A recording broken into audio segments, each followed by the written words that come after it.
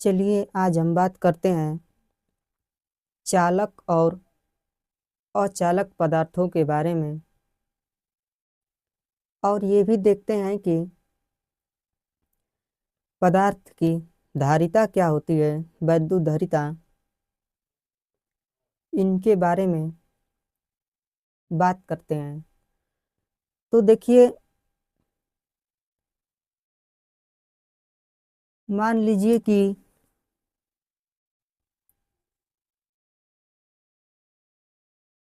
चालक उसको कहेंगे और ये अचालक हो जाएगा।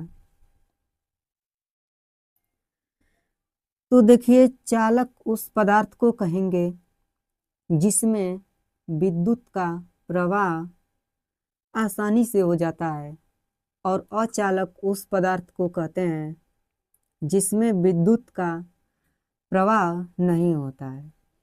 अब चालक में आ जाएगा, जैसे मान लीजिए लोहा,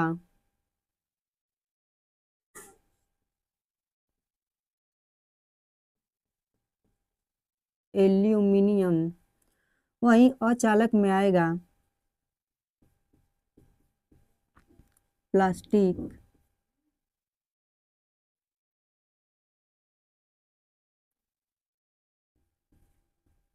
कांच। ये अचालक पदार्थ हैं।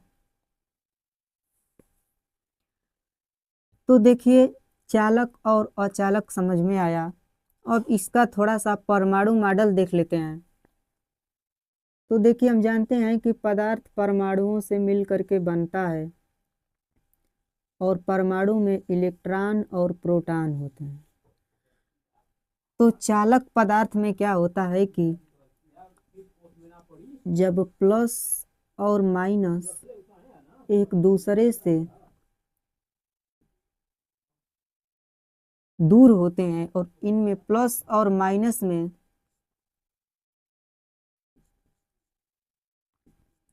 आकर्षण कम होता है। वहीं अचालक पदार्थ की बात करेंगे तो अचालक पदार्थ भी मान लीजिए कि परमाणु और अणु से मिल करके बनते हैं, लेकिन अचालक पदार्थ में प्लस और माइनस के बीच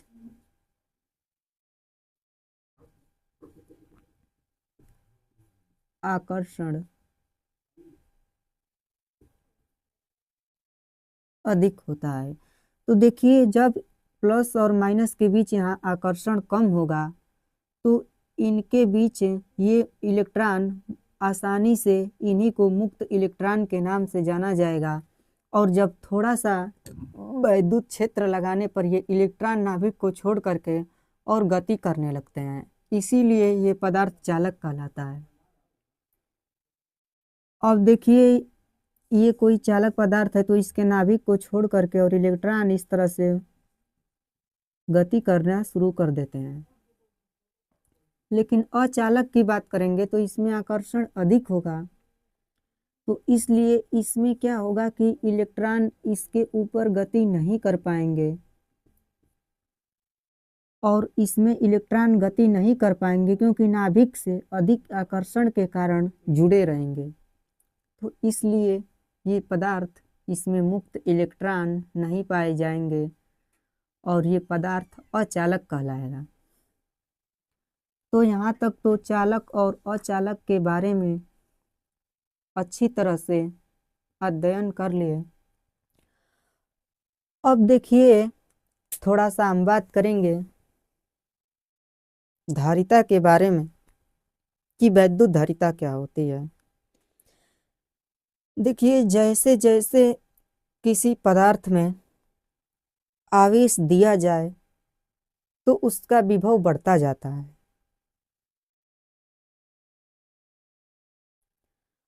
तो यहीं से एक नियतांक आता है जिसको धारिता कहते हैं। देखिए, जैसे ये हमारा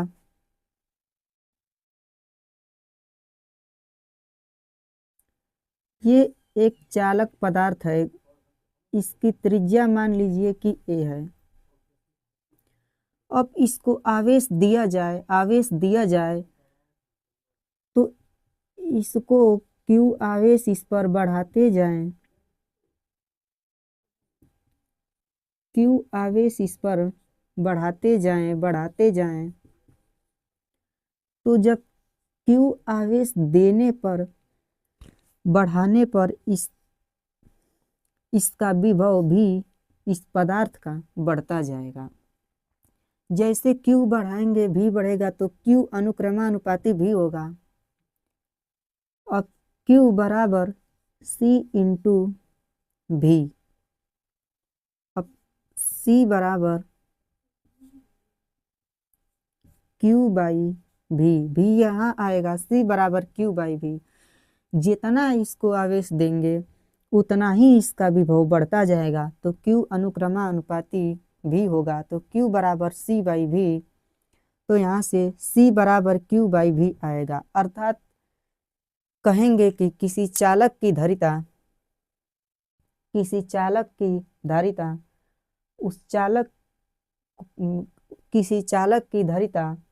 उस चालक को दिए गए आवेश तथा उसके विभव में बढ़ने वाले वृद्धि के